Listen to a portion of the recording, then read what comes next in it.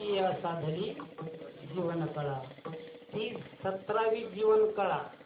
त्या 17व्या जीवन कळीचं पान फक्त योगीच करू शकतात, दुसऱ्याला नाही मिळू शकत. योगी या साधली जीवन कळा है ना, ती 17वी जीवन कळा.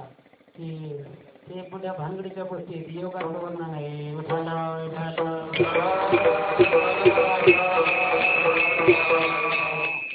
आहे की नाही. बराच वेळ बसायचं आसन लावून, प्राणायाम साधायचा. प्राणायाम साधायचा म्हणजे काय करायचं, डाव्या नाकपुडीनं हवा आत घ्यायची, घेता तेवढी आत घ्यायची, उजवी नाकपुडी बंद करून डावी आत घ्यायची आणि आत घेणं झाली संपली, जितकी घेता तितकी घ्यायची आणि आत घेणं झाले की दोन्ही नाकपुड्या पक्क्या दाबून धरायच्या. किती वेळ, जीव जाऊ नाही बरं, पक्क्या दाबून धरायच्या आणि मग जमनी घाणं त्यावेळेस डावी दाबायची आणि उजव्या नाकपुडीतून सोडायची. त्याला काय म्हणतात माहिती आहे का, पूरक. हवा घेऊन त्याला पूरक म्हणतात, पूरक. आणि हवा कोणून ठेवणे याला कुंभक म्हणतात आणि इकडून सोडलेला रेचक म्हणतात. पूरक, कुंभक, रेचक हे सगळे म्हणून याला म्हणतात प्राणायाम.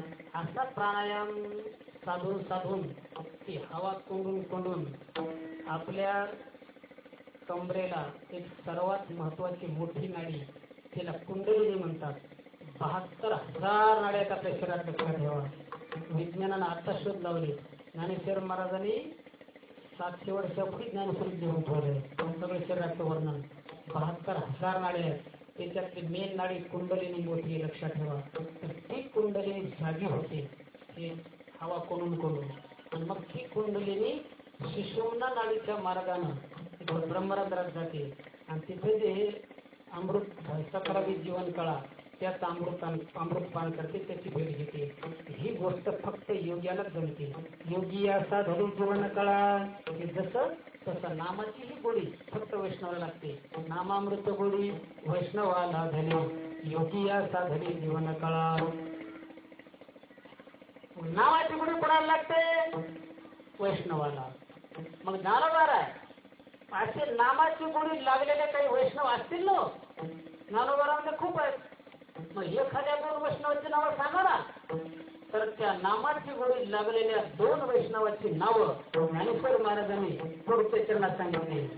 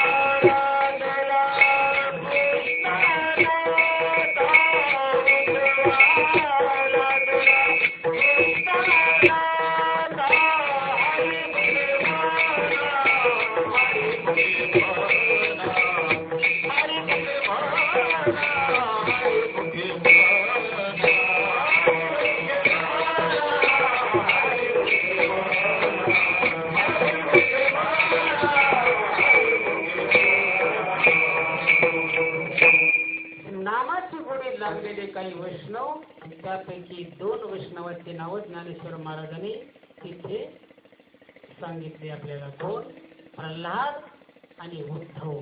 हे 2च वैष्णव का निवडले, तर यांना बालपणातच वयाच्या 5व्या वर्षीच नामाची गोडी लागलेली आहे आणि इतकी गोडी लागली होती त्याच्या जोरावर भगवान परमात्मा आपण होऊन त्यांच्याकडे आला.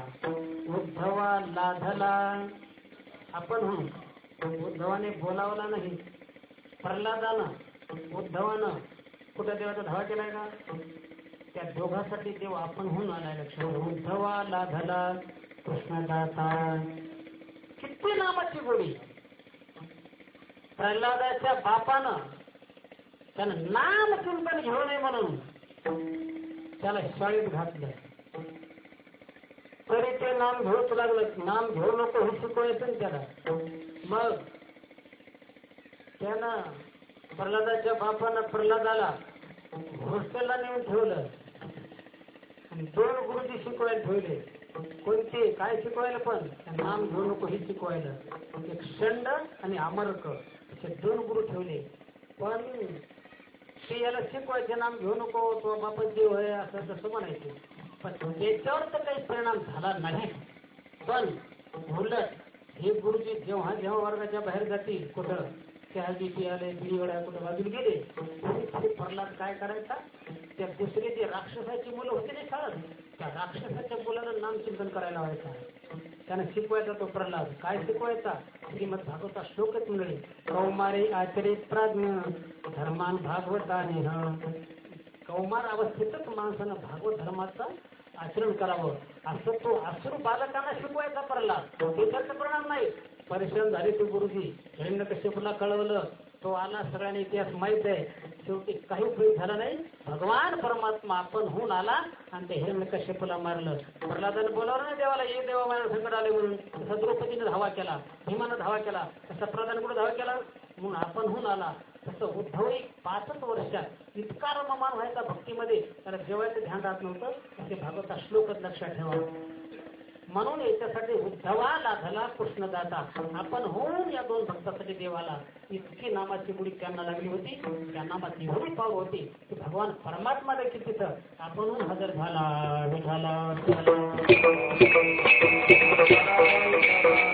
मग माणसा म्हणतील बाबा बाबा हे नाम चिंतनाच्या प्रभुत्वानं देव जर प्रत्यक्ष तिथं आला तर ते नाम आहे तसंच शक्तिवर्धक नाम आहे तसंच अवघड असेल मग घ्यायला आम्ही तर असे सामान्य माणसं सोयाबीन करणारे आम्हाला काय ते जमणार नामचिंतन अवघड असेल ज्ञानोबा राय म्हणले काहीच काळजी करू नका ते नामचिंतन अवघड नाही ते नामचिंतन कसं आहे मग झाला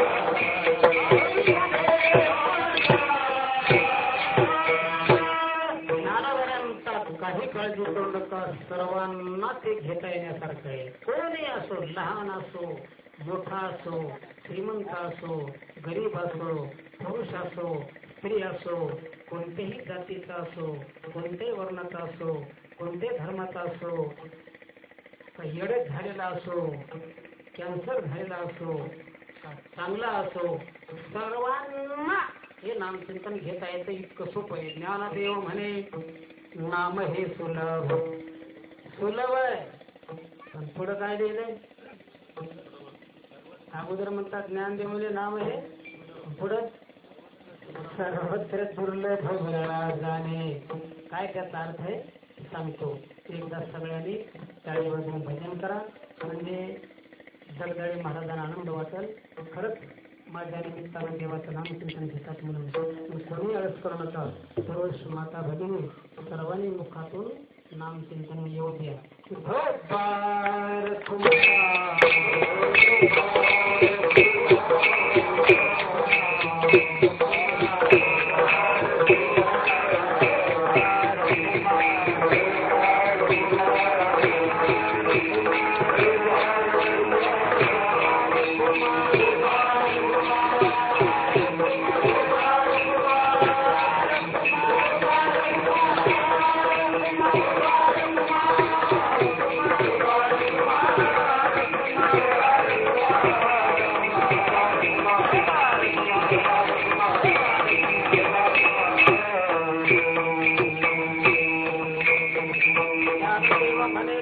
सुलभ सर्वत्र दुर्लभ विरळा जाणे. ज्ञानोबारांतात नामे सोपं सोपं. सोपं कशाला म्हणतात? ऐका मंडळी, जे 4 नियमात बसतंय त्याला म्हणावं सोपं. कोणते 4 नियम आहेत? पहिला नियम, जे कोणालाही करता येते, जे कुठेही करता येते, जे केव्हाही करता येते आणि जे कसंही करता येते त्याला म्हणावं सोपं. नामचिंतन कोणालाही करता येते.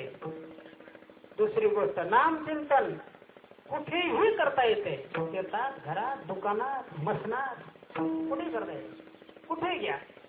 तिसरं, नामचिंतन केव्हाही करता येते. रात्री, दिवसा, सकाळ, संध्याकाळ, कधी करा, केव्हाही करता येते. कोणालाही करता येते, कुठेही करता येते आणि केव्हाही करता येते. आणि नामचिंतन कसंही करता येते. ताल सर पाहिजेच असं काही गरज नाही. रामकृष्ण हरी म्हणा काय गरज आहे? काहीच लागत नाही. मग येईल तैसा बोल रामकृष्ण, तुला जसं म्हणता येईल तसं म्हण. रामकृष्ण नाही आलं, रामकिशन म्हण तरी जमतंय. विठ्ठल नाही म्हणता आलं, विठ्ठल म्हण. हे नाही जमत विठाई किठाई माझे कृष्णाई कान्हाई म्हण, कसंही जमते. लक्षात ठेवा. पण योग साधना कोणालाही जमत नाही, कुठेही जमत नाही, केव्हाही जमत नाही आणि कशीही जमत नाही. नामचिंतन योग साधना कोणालाही जमत नाही. त्याच्यासाठी तरुणच लागतो. लहान मुलाला नाही जमणार, म्हाताऱ्या माणसाला नाही जमणार, तरुणाच लागल. आणि तोही तरुण असून जर त्याला येडच झालेला असला तर त्यालाही नाही जमणार. निरोगीच पाहिजे. आणि हे नामचिंतन योग साधना अशी कुणालाही जमत नाही. आणि दुसरा मुद्दा, कुठेही जमत नाही. वनातच जावं लागते. घरी बसून जमल का योग साधना? घरी जमत नाही.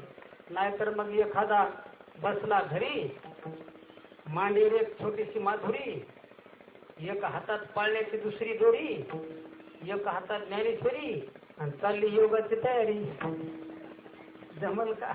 नाही जमणार. लक्षात ठेवा. कुठेही जमत नाही, कोणालाही जमत नाही आणि केव्हाही जमत नाही. धडच लागली एखादी महिन्यातून तुम्ही बसले असल मरसाला थाटरून, केव्हाही जमत नाही. लक्षात ठेवा.